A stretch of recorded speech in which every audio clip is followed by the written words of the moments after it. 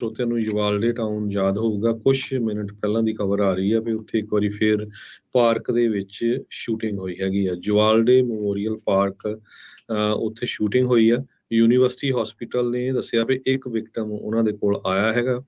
ਯੂਵਾਲਡੇ ਦੀ police chief Daniel ਰੋਦਰੀਗਸ ਉਹਨਾਂ ਨੇ ਇਹ ਕਿਹਾ ਵੀ 2 ਸਸਪੈਕਟਸ ਅਨਆਇਡੈਂਟੀਫਾਈਡ ਹੈਗੇ ਆ ਇਸ ਟਾਈਮ ਦੇ ਉੱਤੇ।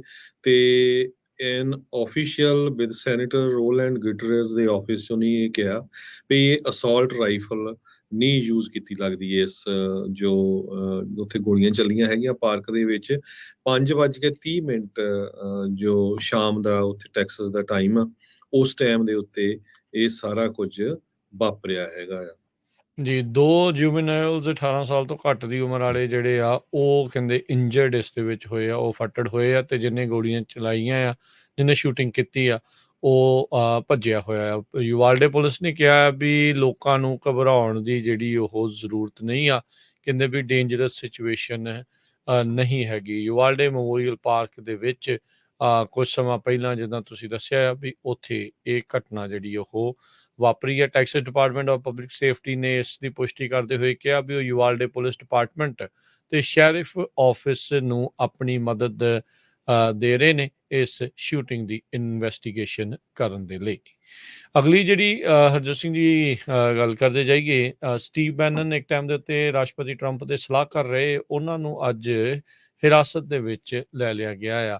ਉਹਨਾਂ ਦੇ ਉੱਤੇ ਦੋਸ਼ ਨੇ ਵੀ ਉਹਨਾਂ ਨੇ ਜਿਹੜੇ ਡੋਨਰਸ ਆ, ਬਿਲਡ ਦਾ ਵਾਲ ਇੱਕ ਇਹਨਾਂ ਨੇ ਆਨਲਾਈਨ ਚੱਲਿਆ ਸੀਗਾ ਕੰਮ, ਜਿਸ ਦੇ ਵਿੱਚ ਤਕਰੀਬਨ $25 ਮਿਲੀਅਨ ਰੇਜ਼ ਕੀਤੇ ਗਏ ਸੀ, ਫੰਡ ਰੇਜ਼ਿੰਗ ਕੀਤੀ ਗਈ ਸੀਗੀ। ਤੇ ਇਸ ਦੇ ਵਿੱਚ ਬੈਨਨ ਤੇ ਹੋਰ ਕਈ ਜਿਹੜੇ ਲੋਕ, ਉਹਨਾਂ ਨੇ ਕਿਹਾ ਸੀ ਵੀ ਅਸੀਂ ਥੈਲੀ ਵੀ ਇਹਦੇ ਵਿੱਚੋਂ ਇੱਕ ਹਿਸਾਬ ਦੇ ਨਾਲ ਪੈਨੀ ਵੀ ਜਿਹੜੀ ਆ ਉਹ ਨਹੀਂ ਲਵਾਂਗੇ। ਵੀ ਬਿਲਡ ਦਾ ਵਾਲ ਨਾਨ ਪ੍ਰੋਫਿਟ ਨੇ $25 ਮਿਲੀਅਨ ਰੇਜ਼ ਕੀਤੇ ਸੀਗੇ ਆਨਲਾਈਨ। ਹਜ਼ਾਰਾਂ ਹੀ ਲੋਕਾਂ ਨੇ ਇਸ ਦੇ ਵਿੱਚ ਆਪਣਾ ਯੋਗਦਾਨ ਪਾਇਆ ਸੀਗਾ। ਤੇ ਹੁਣ ਪਤਾ ਲੱਗਾ ਆ ਵੀ ਇਸ ਦੇ ਵਿੱਚ ਵੀ ਧਾਂਦਲੀਆਂ ਜਿਹੜੀਆਂ ਉਹ ਹੋਈਆਂ। ਇਸ ਤੋਂ ਇਲਾਵਾ ਬੈਨਨ ਹੁਣਾਂ ਤੋਂ ਇਲਾਵਾ ਜਿਹੜੇ ਹੋਰ ਲੋਕਾਂ ਨੇ ਇਸ ਦੇ ਵਿੱਚ ਫੰਡ ਰੇਜ਼ਿੰਗ 'ਚ ਮਦਦ ਕੀਤੀ ਸੀ, ਉਹਨਾਂ ਨੇ ਆਪਣੇ ਦੋਸ਼ਾਂ ਨੂੰ ਜਿਹੜਾ ਉਹ ਕਬੂਲਿਆ ਆ। ਬੈਨਨ ਨੇ ਅੱਜ ਨਿਊਯਾਰਕ ਸਟੇਟ ਦੇ ਵਿੱਚ ਅਧਿਕਾਰੀਆਂ ਮੂਹਰੇ ਆਪਣੇ ਆਪ ਦਾ ਆਤਮ ਸਮਰਪਣ ਜਿਹੜਾ ਉਹ ਕਰ ਦਿੱਤਾ। ਇਸੇ ਦੌਰਾਨ ਜਿਹੜੀ ਗ੍ਰੈਂਡ ਜਿਊਰੀ ਆ, ਉਹਨਾਂ ਨੇ ਇਹਨਾਂ ਖਿਲਾਫ 6 ਕ੍ਰਿਮੀਨਲ ਚਾਰਜਿਸ ਆ, ਉਹਨਾਂ ਨੂੰ ਵੀ ਅਨਸੀਲ ਜਿਹੜਾ ਉਹ ਕਰ ਦਿੱਤਾ। ਹੱਥਕੜੀਆਂ ਲਗਾ ਕੇ ਕੋਰਟ ਦੇ ਵਿੱਚ ਲੈ ਕੇ ਜਾਇਆ ਜਾ ਰਿਹਾ ਸੀਗਾ।